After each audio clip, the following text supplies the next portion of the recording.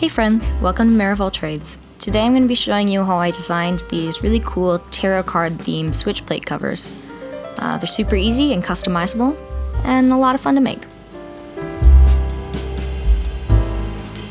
For this project, you're going to need a switch plate, a flathead screwdriver,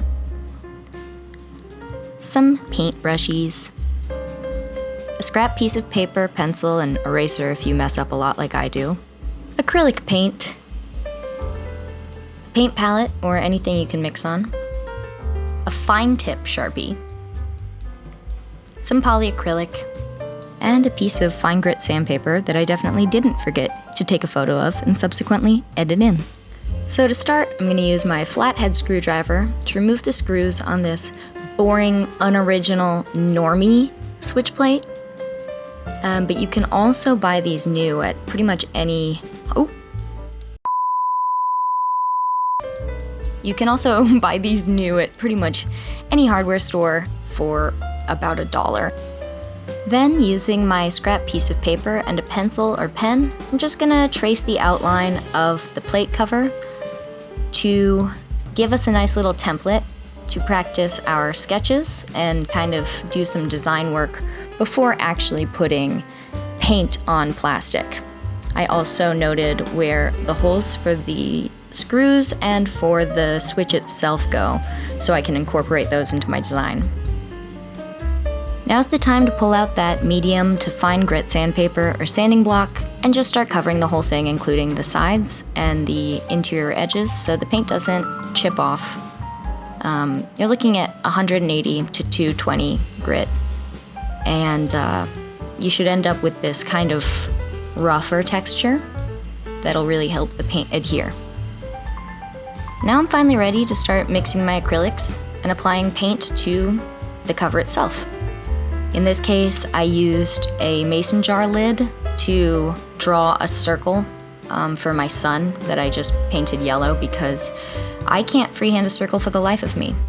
As you can see on the lower right-hand corner of your screen there, I also have my original design sketch for reference while I'm painting, but I did end up with this plate specifically deviating quite a lot from that when I ran out of room.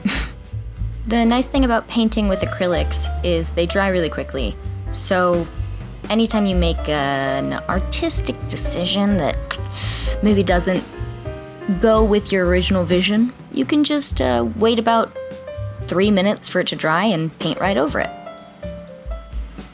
I think when I was recording this portion of the video, it was before I realized that I needed to sand down the plates before applying paint, because when I'd go to do future layers, regardless of how long I waited for it to dry, the paint would just come off with any pressure of the brush, which made everything take a lot longer than I needed. So for this project specifically, I ended up taking this exact piece that I'm painting now, sanding it all off and doing it again. So don't make the same mistakes that I made, kids. Skipping steps rarely pays off. And I'll let you know if it does. Now, as much fun as I'm sure it would be to watch me paint and mess up and paint over it for 2 hours straight, I don't have that much space on my phone. So I'm going to skip ahead to this point where I've finished most of the detail work.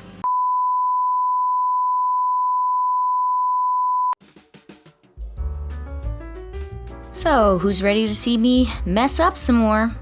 In this case, I was moving on to trying to do the lettering on the bottom, which, as you can probably see by the Roman numerals on the top, is not my strong suit.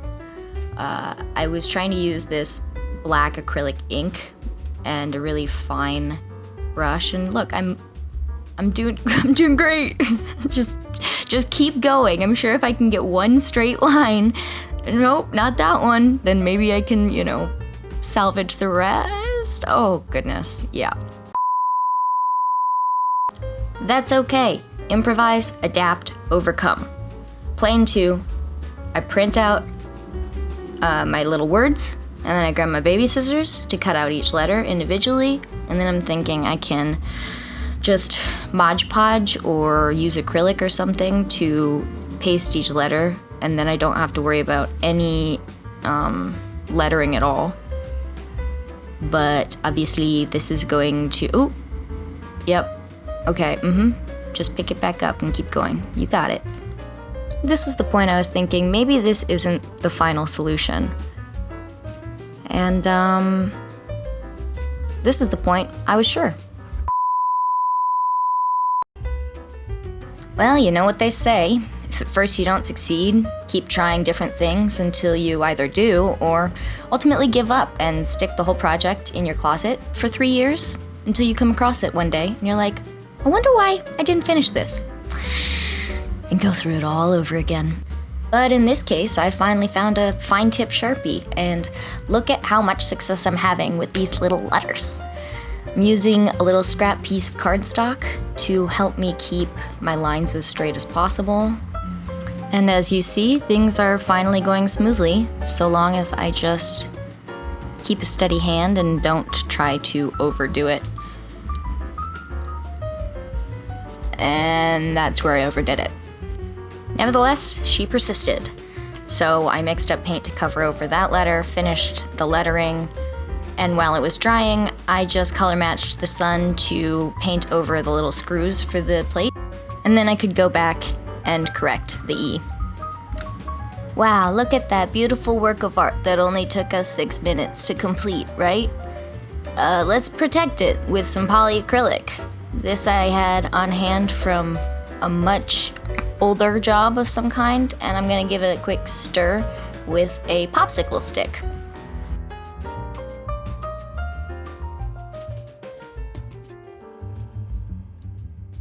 Next, I'm gonna take my brush and just very gently go over that acrylic ink that I did earlier, because it has a tendency to smear a little bit, a little schmutz. Which I just wiped off, but in the future, I won't use that acrylic ink. I will just use the thin point Sharpie. Fine point, whatever. I had a little smudge there. Just wipe her down. It's fine. But yeah, the Sharpie didn't run like the ink did. And then once I finish coating all the black pieces, then I can just finish up the rest of the plate. No worries. And then it should be protected from scratches or anything that might happen to it when it's being turned on and off. Yay, our plate cover is done and drying. I'm gonna clean this switch first, but I'm not gonna spray it directly because it's an electrical hazard.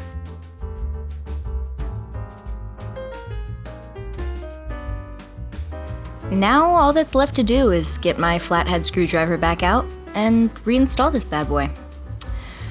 If you enjoyed this video, please give me a thumbs up and subscribe to the channel.